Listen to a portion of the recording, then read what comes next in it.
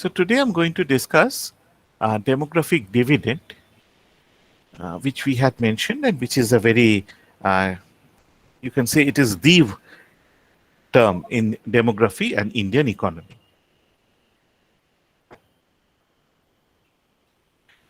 হ্যাঁ শুনতে পাচ্ছ তো দেখতে পাচ্ছ তো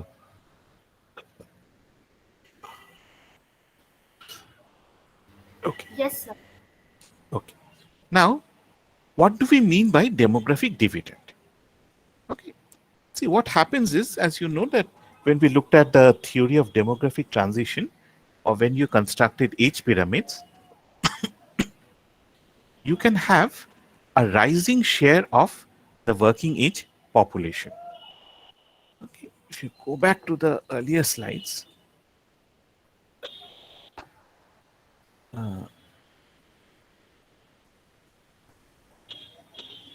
let me.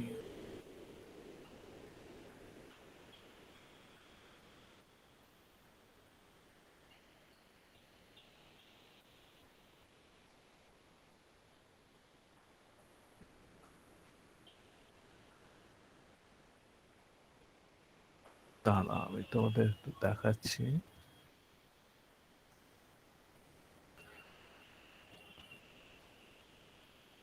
Let me see.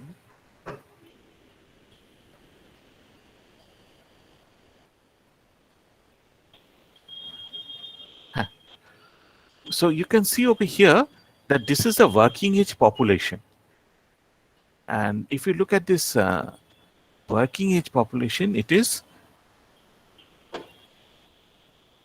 not much over here. But if you look over here, it has grown, it is growing substantially. এখানে দেখো কতটা proportion আর এখানে কতটা proportion. এখানে দেখো it is bulging out. এটা তো একটা পিরামিড, এটাও একটা পিরামিড, কিন্তু এই সব জায়গা দেখো কিরকম একটা বালজ আউট করছে। এখানে কম, এখানে কম, এইখানটা বেশি হয়ে যাচ্ছে। You can also see over here that this bulging out over here.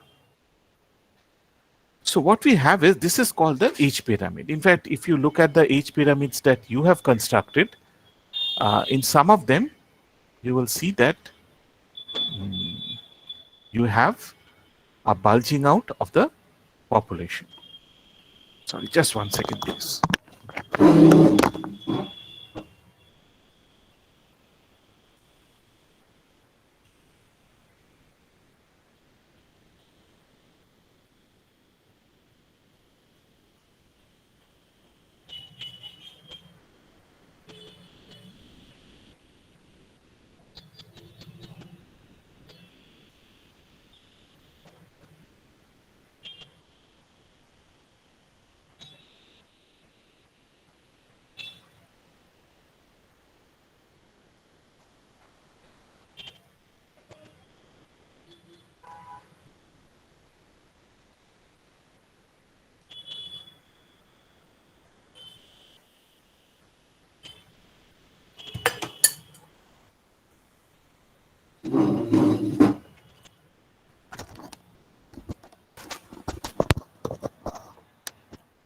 Okay, sorry.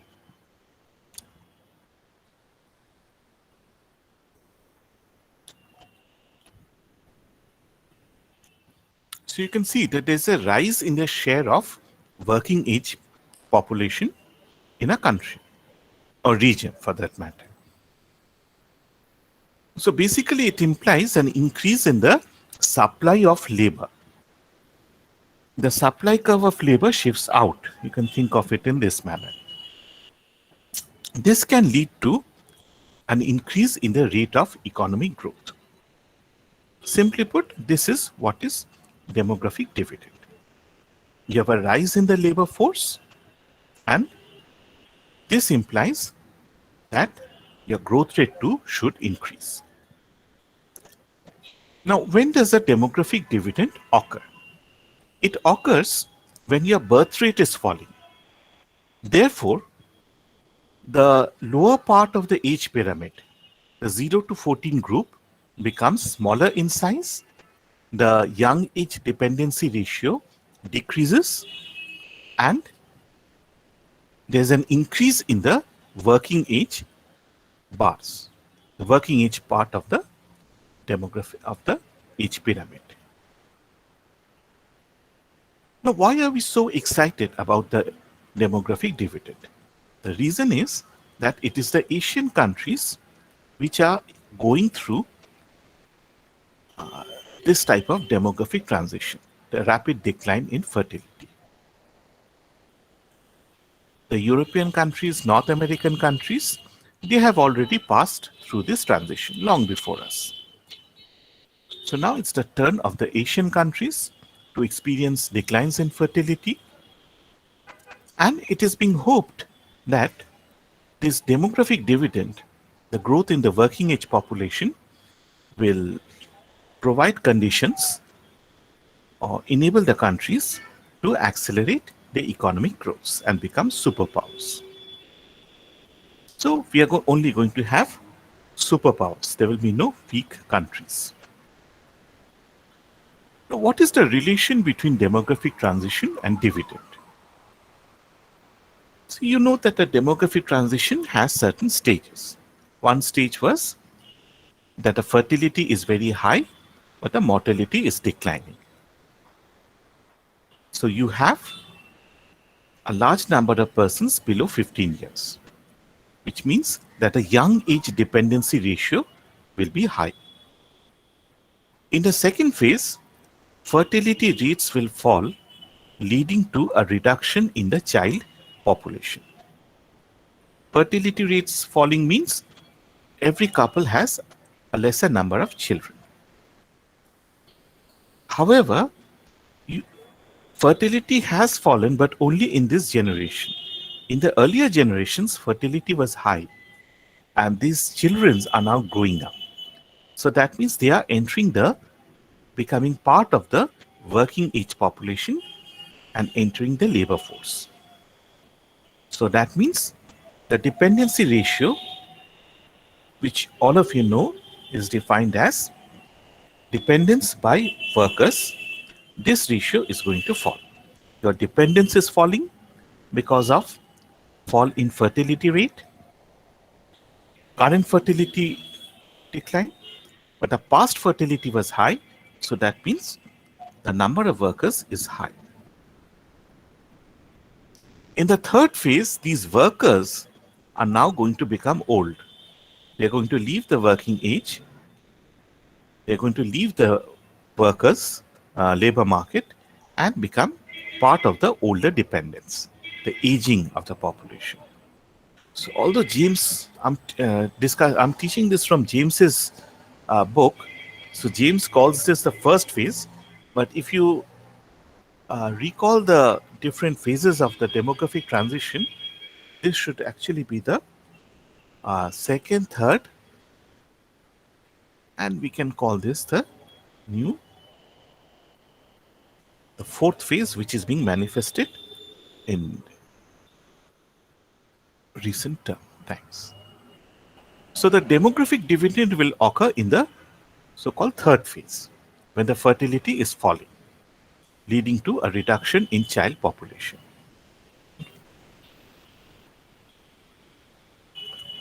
Now, what are the pathways? Why does this demographic dividend lead to an increase in growth rates? We can identify four pathways. One is that if you have fewer children and low dependency ratios, then you're going to be able to save more. So savings will increase. Another reason for savings to increase is that in this phase, your longevity increases. People live for longer years.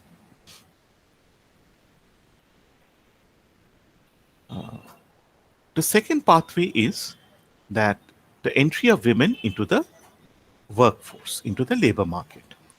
So generally what happens is the woman has to take care of the child.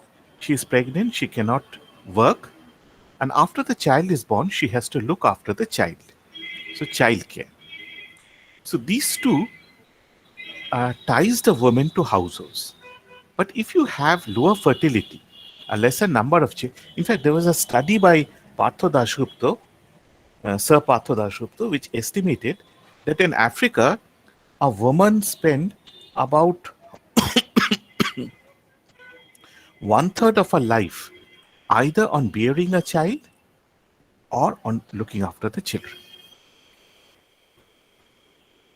So once you have fewer children, it means that the woman is pregnant for a smaller period, maybe once, maximum twice.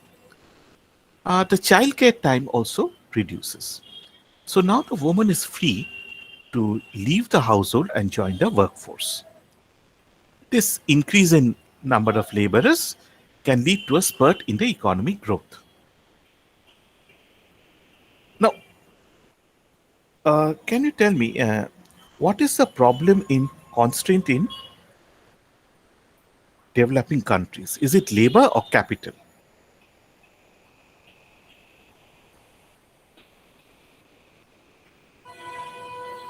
So capital.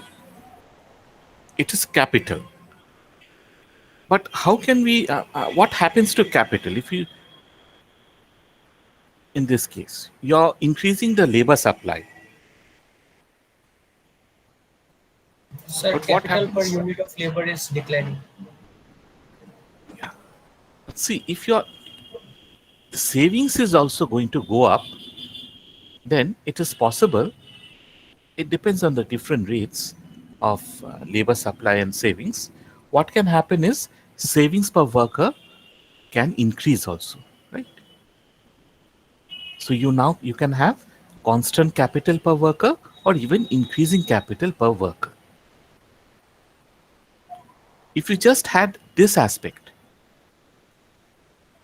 along with increase in male workers, yeah, it would the demographic dividend is nothing to be uh, to dance about. But remember that savings is also going to go up. So this is capital part, this is savings part. Now let us come to human capital.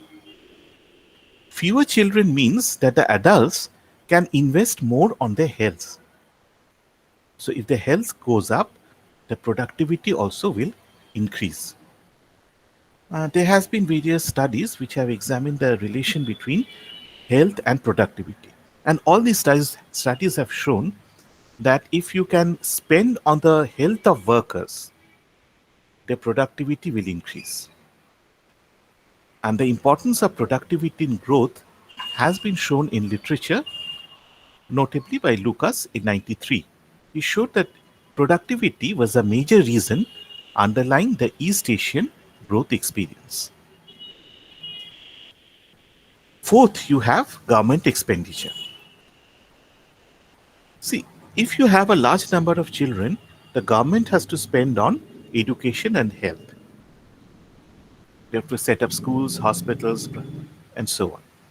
But if the number of children is decreasing, then the government can divert part of this expenditure to directly productive activities or to the creation of infrastructure or capital formation.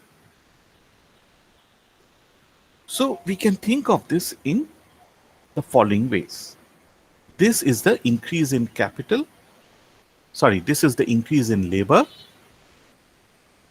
but we also require capital.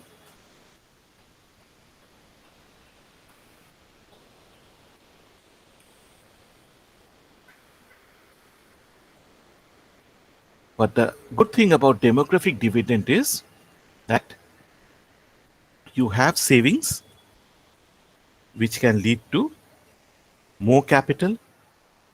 Here you have human capital, and here you have again you have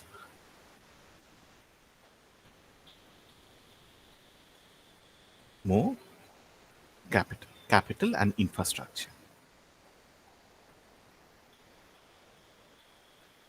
Okay, so that means the demographic dividend is not just a matter of increasing the labor supply. There are other pathways through which it can contribute to growth by allowing investment in human capital formation and in physical capital. Okay, so the demographic dividend is associated with increases in both labor and capital.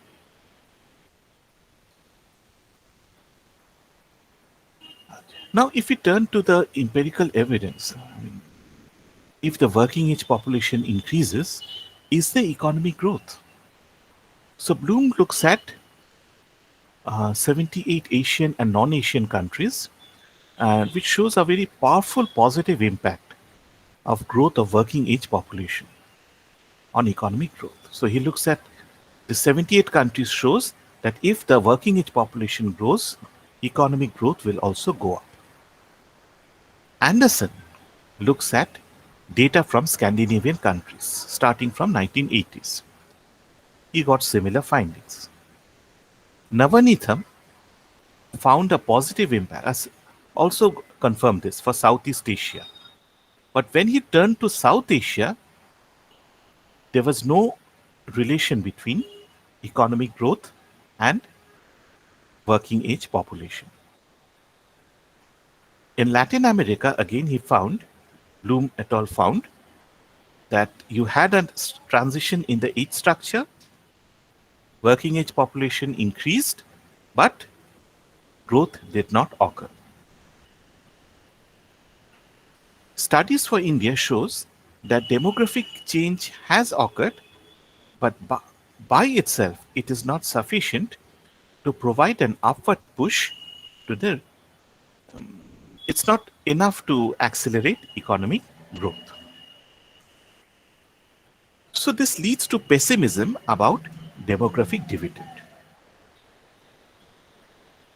People are not very some economists have said that yes, you can have demographic dividend. The working age population is going to go up, but whether there will be a corresponding acceleration in growth is doubtful. And the reason is institutional bottlenecks. What they say is the demographic dividend is simply a window of opportunity. Whether it provides a period where you have sufficient workers to accelerate growth.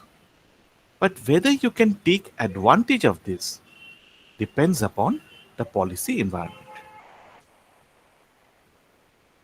Studies have shown that trade openness is a major factor.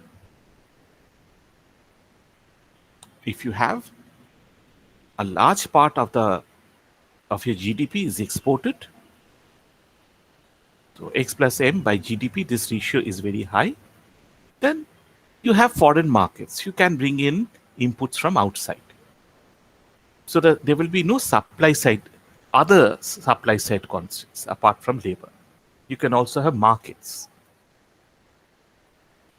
Similarly, you have to have not just workers, but trained workers. If they are not trained, if they are not productive, it will not give you the hope for acceleration to growth. So you need investment in education and health. And you know the state in India. Sir, Yes, sir. sir, could you pause this slide for a second? Just wanted to note one point. 1 second is up. Thank you, sir. I'm done. Okay. Now let's turn to the Indian case. What has happened in India? Now, if you look at the age structure of different groups, see what is happening to the young age. What did we say? The young age should decline. Look at Andhra Pradesh, 7% fall. Bihar, no fall. Gujarat, 10%. Karnataka, 11, about 10%. Kerala, huge, 16%. Madhya Pradesh, marginal. Maharashtra, 8%. Let's turn to the major state. Punjab, 12%. Rajasthan, again, not much. Tamil Nadu, huge, almost 20%. UP, not much. In fact, it has gone up. West Bengal, yeah, demographic dividend is there. Overall, we can see there's a 5% fall, 5 or 6% fall in the young age group. So young age fertility is declining, but not in the Bimaru states. Bihar, UP, Madhya Pradesh, Rajasthan, there's a problem. Let's look at the working age population. Andhra rising, Bihar no change. Gujarat 8% increase. Karnataka 8%. Here 12%. Madhya Pradesh no change. Let us skip to Rajasthan, no change, 1%. UP, in fact, a decline. Kerala, you can see there's a 12% increase. Maharashtra gone up by 5%. Punjab 10%. Tamil Nadu 8%. West Bengal 5%. So you can see that you have two pictures. If you look at Kerala, sharp fall in young age group, sharp rise in the working population. In states like Andhra Pradesh, Gujarat, Karnataka, Tamil Nadu, Maharashtra, Punjab, to some extent West Bengal, you have a similar trend. The working age population is going up. Sorry, the young age group is coming down. In these states, we are also seeing a rise in the working age population. So that means Kerala has already deep into the demographic dividend. The other states have also started the demographic dividend. West Bengal, yeah, it has just started. In contrast to this, UP, Bihar, Madhya Pradesh, Rajasthan, well, the young age is not increasing so much. The young age has not decreased. It has in fact increased slightly. Simultaneously, if you look at the working age, it has actually fallen. So in these states, the demographic dividend is still not manifested. Okay, so let's concentrate on the southern states, on Maharashtra, on West Bengal. What is happening over here? We do have demographic dividend, but is it being translated to economic growth? So James has run some regressions and you can see over here that states with poor age and states with medium age transition. So look at this column. You can see that both of them are significant.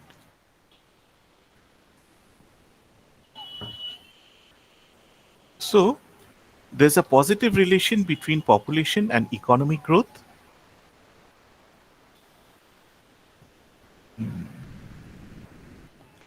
Well, I mean, frankly speaking, I don't know why it is saying it's negative anyway. The second thing is there's a relation between age structure transition and economic growth. So overall, we get evidence of demographic dividend in India.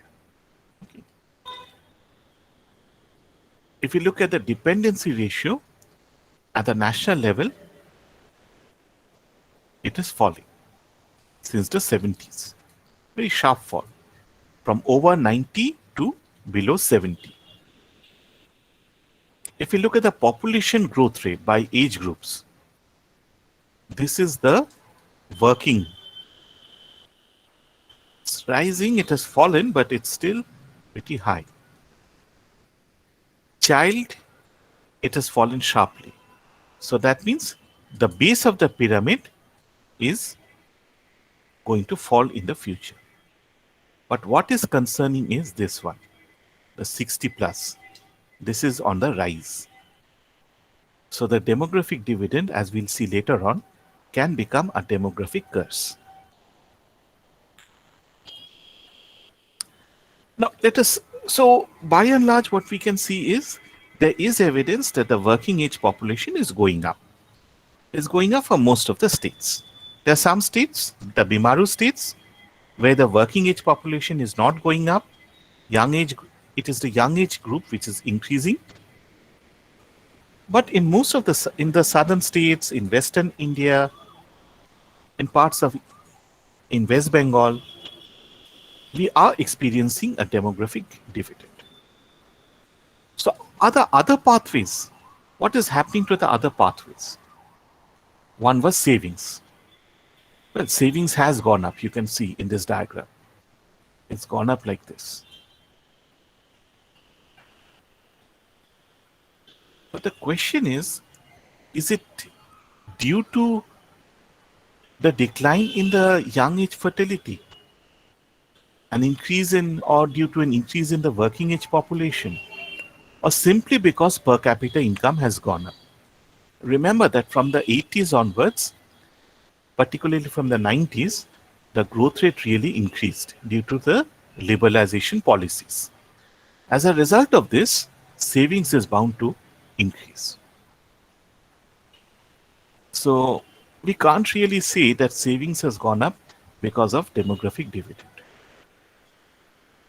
If you turn to the other aspect, the female labor force participation, well, what we find is, and this is a global trend in fact, that the labor force participation, see 52, it has fallen slightly. Bihar, it has risen, but Bihar, remember, was an anomaly. Gujarat, 33 to 42, gone up. Karnataka, gone up. Kerala, it has fallen. Kerala, remember, is deep into demographic transition. Maharashtra, it has increased.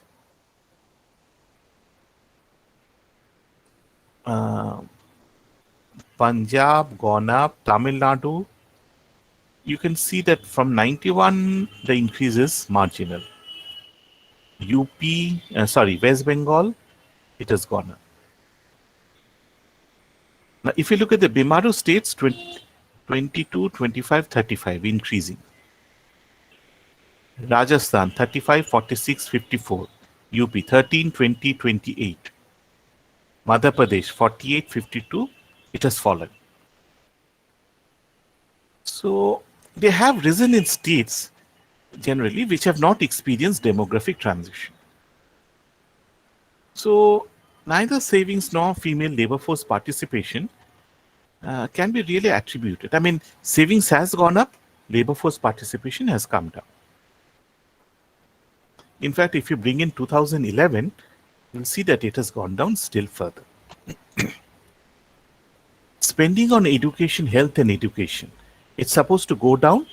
The expenditure will be diverted to DPA and infrastructural improvements. But in reality, the current expenditure levels are so low that there's need to increase them, scale them up to improve the quality of health and education.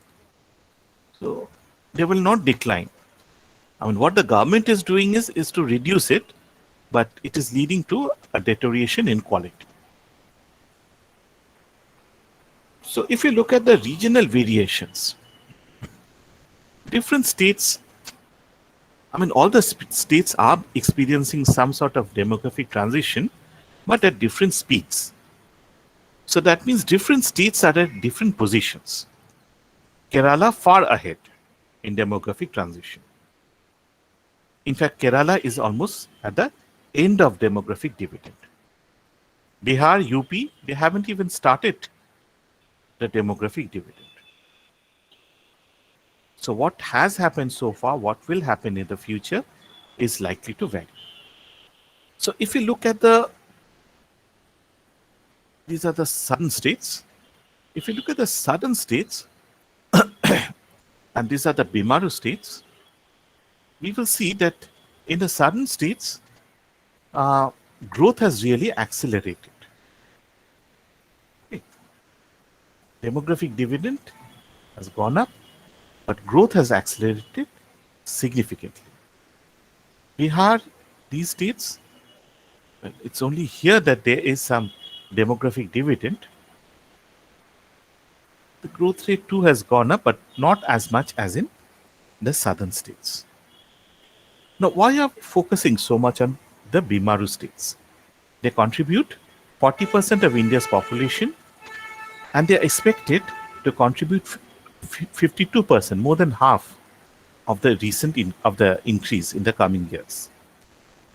And 58% of the increased working age population will come from Bihar and UP, Madhya Pradesh, Rajasthan. So they are the crucial states in terms of providing the demographic dividend. I mean, Kerala may be very advanced, but Kerala is a much smaller state. The problem is that the BIMARO states are the slowest in the demographic transition.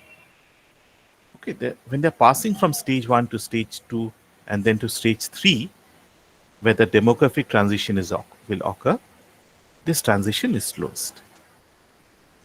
Moreover, the growth rates have gone up. Okay, in fact, the growth rates of all the states have gone up. So this is something good.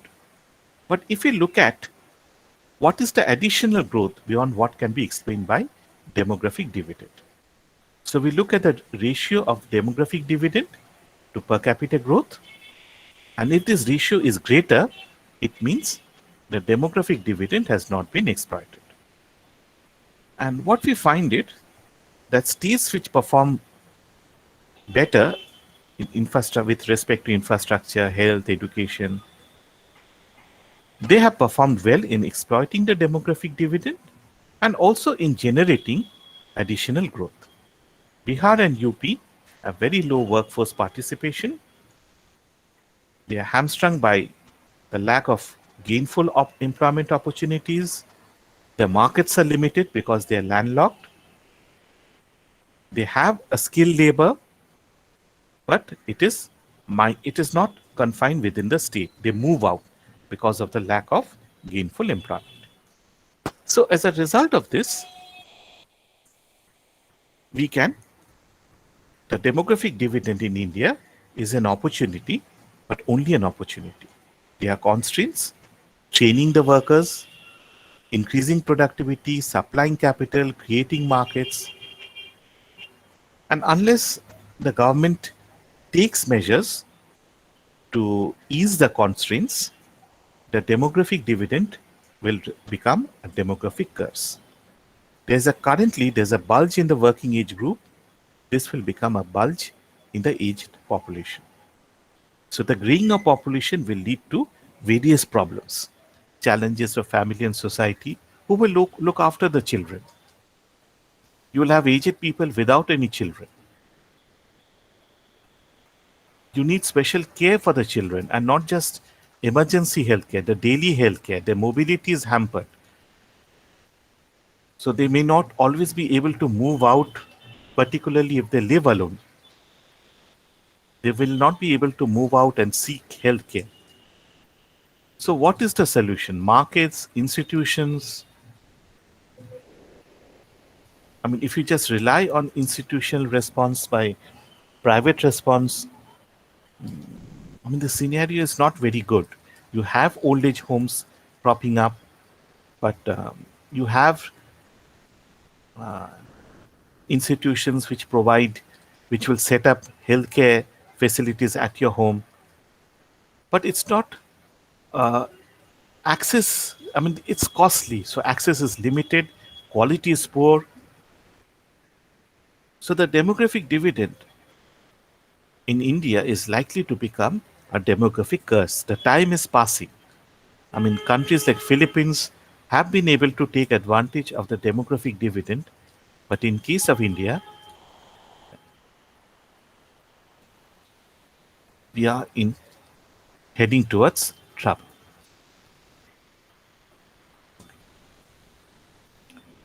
So a very short lecture, but